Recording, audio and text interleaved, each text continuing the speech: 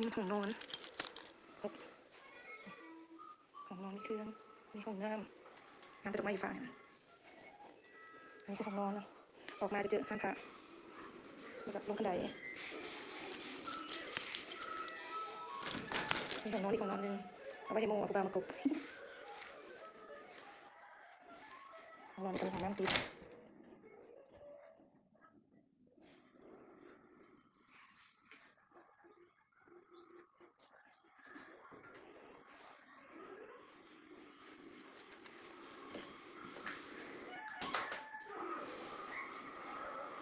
เลย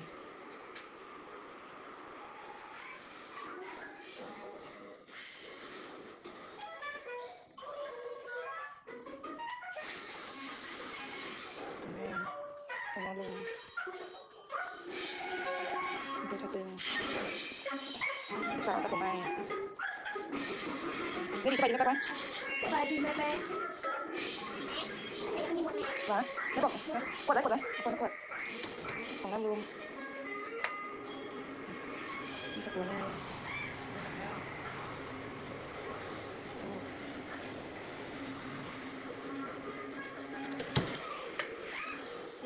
มาบ้านครั้งนี้ตัวมาครั้งนี้มันตัวมีสักผ้าวันไว้คือโดนล้างถ้วยวันแต่งกินเติร์กับไฟปีนเลย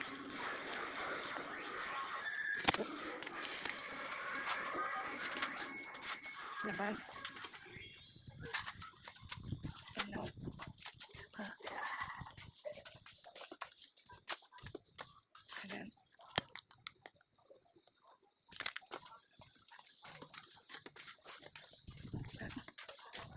สามพวกใหม่จอดรถหน้าบ้านเป็นสัตว์ใหม่สีส้มนี่คือประตูหน้าบ้าน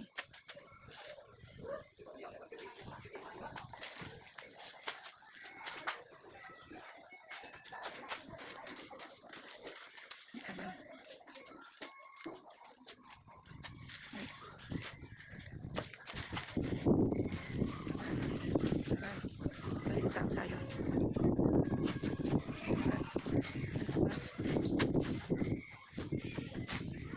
สาที่ส่งจอดรถปตวิท